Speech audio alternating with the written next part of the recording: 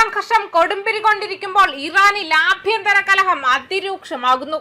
അമേരിക്കയുമായി ഒത്തുതീർപ്പ് വേണ്ട, നേതൃത്വവുമായി തർക്കം ദിനംപ്രതി വർദ്ധിക്കുകയാണ്. അമേരിക്കയുമായുള്ള ചരിത്രപരമായ വെടിനിർത്തൽ കരാറിന് പിന്നാലെ ഇറാൻ ഭരണകൂടത്തിനുള്ളിൽ ആഭ്യന്തര കലഹം രൂക്ഷമാകുന്നു. കരാറിനെതിരെ തീവ്ര നിലപാടുകാർ നേതൃത്വത്തിനെതിരെ രംഗത്ത് വന്നതോടെ ഇറാന്റെ രാഷ്ട്രീയ വ്യവസ്ഥയിൽ അധികാര തർക്കം മുറുകുകയാണ്. പരമോന്നത നേതാവ് മുസ്തഫ ഖമേനി പൊതുവേദികളിൽ നിന്നും വിട്ടുനിൽക്കുന്ന സാഹചര്യത്തിൽ രാജ്യത്ത് ഒരു മൃദു അട്ടിമറിക്ക് ഭരണകൂടം ശ്രമിക്കുകയാണെന്നാണ് തീവ്ര നിലപാടുള്ള വിഭാഗങ്ങൾ ആരോപിക്കുന്നതെന്ന് CNN റിപ്പോർട്ട് ചെയ്തു. കഴിഞ്ഞയാഴ്ച ടെഹ്റാനിൽ നടന്ന മുൻ പരമോന്നത നേതാവ് ആയത്തുള്ള അലി ഖമേനിയുടെ വിലാപയാത്രക്കിടയിലാണ് ഈ ഭിന്നത പുറത്തായത്. പ്രസിഡന്റ് മസൂദ് പെസഷ്കിയാൻ ഖമേനിയുടെ ശവമഞ്ചരത്തിനൊപ്പം നടന്നപ്പോൾ പരേതനായ നേതാവിന് ആദരമർപ്പിക്കുന്നതിന് പകരം വിലാപയാത്രയിൽ പങ്കെടുത്തവരുടെ ചില വിഭാഗങ്ങളിൽ നിന്നും ഒത്തുതീർപ്പുകാർക്ക് മരണമെന്ന മുദ്രാവാക്യങ്ങളാണ് ഉയർന്നത്.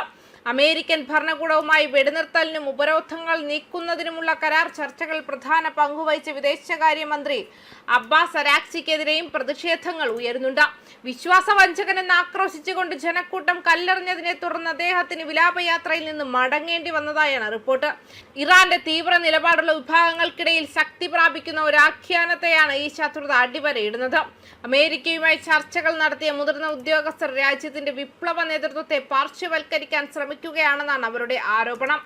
അതേസമയം പിതാവിന്റെ പിൻഗാമിയായി ചുമതലയേറ്റ മുസ്തഫ ഖമേനി സുരക്ഷാ കാരണങ്ങളാൽ പൊതുവേദികളിൽ നിന്നും പൂർണ്ണമായും വിട്ടുനിൽക്കുകയാണ്. പരമോന്നത നേതാവിന്റെ നീണ്ട അഭാവം ആരോഗ്യ പ്രശ്നങ്ങൾ മൂലമാണെന്നാണ് ചില വിമർശകർ പറയുന്നതെങ്കിലും ഇക്കാര്യം ഇതുവരെ ഔദ്യോഗികമായി സ്ഥിരീകരിച്ചിട്ടില്ല. ഈ വർഷം ആദ്യം അമേരിക്കയും ഇസ്രായേലും സംയുക്തമായി നടത്തിയ വ്യോമാക്രമണത്തിൽ അലി ഖമേനി കൊല്ലപ്പെട്ടതിന് പ്രതികാരം ചെയ്യുന്നതിന് പകരം മുസ്തഫ ഖമേനിയുടെ നിർദ്ദേശങ്ങൾക്ക് വിരുദ്ധമായ കരാറിൽ ഒപ്പുവെച്ചുകൊണ്ട് സർക്കാർ ഫലത്തിൽ കീഴടങ്ങുകയാണ് ചെയ്തതെന്നാണ് തീവ്ര നിലപാടുകാർ പറയുന്നത്. ഉദ്യോഗസ്ഥർ അദ്ദേഹത്തിന്റെ പേരിൽ ഭരണം തുടരുകയും ചർച്ചകൾ നടത്തുകയും ചെയ്യുമ്പോഴും അദ്ദേഹം ഇതുവരെ രാജ്യത്തെ അഭിസംബോധന ചെയ്യുകയോ തന്റെ അധികാരം പരസ്യമായി ഉറപ്പിക്കുകയോ ചെയ്തിട്ടില്ല. ഖമേനിയുടെ അഭാവത്തിൽ parliament speaker Mohammad Bagher Khalifa, president Pezeshkian, വിദേശകാര്യമന്ത്രി അബ്ബാസ് അരാക്ചി എന്നിവരാണ് ഇറാന്റെ യുദ്ധാനന്തര ഭരണകൂടത്തെ നയിക്കുന്നത്.